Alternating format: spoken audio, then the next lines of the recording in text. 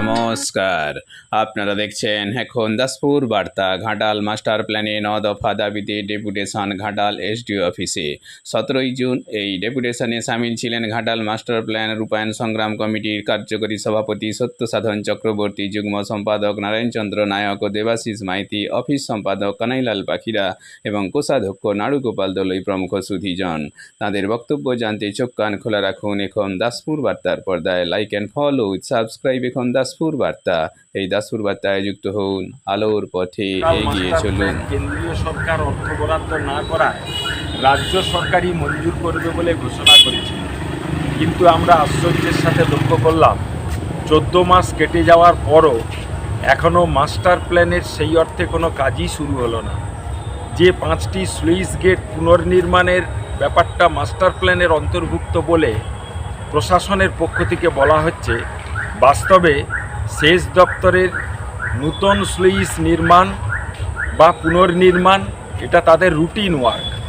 এই মাস্টার প্ল্যানের রূপায়ণের ঘোষণার অনেক আগেই সেচ দপ্তর এক্ষেত্রে টাকা মঞ্জুর করেছিল। সেই কাজটাই বর্তমানে চলছে, যা বর্ষার পূর্বে শেষ হলো না।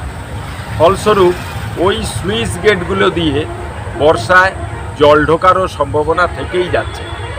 তাই 14 মাস পরেও মাস্টার প্ল্যানের কার্যত কোনো কাজ শুরু না হওয়ায় এলাকার মানুষজনদের মধ্যে যে তীব্র ক্ষোভ সৃষ্টি হয়েছে, সেই ক্ষোভের কথাই তুলে ধরবার জন্য আজ আমরা ঘাটাল মাস্টার প্ল্যান রূপায়ণ সংগ্রাম কমিটির পক্ষ থেকে সেচ দপ্তরের এসডিও এবং প্রশাসনিক দপ্তরের এসডিওর নিকট স্মারকলিপি এবং ডেপুটেশনের কর্মসূচি নিয়েছিলাম।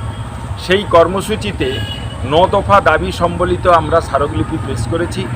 তার মধ্যে আগাম বর্ষার সময় বন্যা মোকাবিলার জন্য নদী বাঁধের বা খালের বাঁধে যেখানে যেখানে ক্ষতিগ্রস্ত হয়েছিল গত বছর, সেই স্থানগুলির ঘোগ বা সেই নদী বাঁধ বা খালের বাঁধগুলি শক্তপোক্ত করে নির্মাণ, খালের ভেতরে যে সমস্ত জঞ্জাল বা আবর্জনা অপসারণ করলে জলটা দ্রুততার সাথে বেরিয়ে যাবে তা অপসারণ করা, এছাড়াও সমস্ত স্লুইস গেট লক গেটগুলি বর্ষার পূর্বে সচল করা সহ ঘাটাল মাস্টার প্ল্যানের অন্যতম যে দাবি শিলাবতী নদীর নিম্নাংশ খনন, যা বর্ষার পরপরই যাতে কাজে হাত দেওয়া যায়, সেজন্যে বর্ষার মধ্যেই যাতে ওয়ার্ক অর্ডার দিয়ে রাখা যায়, সে ব্যাপারে সহ ওই বাকি দাবিগুলির ভিত্তিতে আমরা আজকে স্মারকলিপি দিলাম।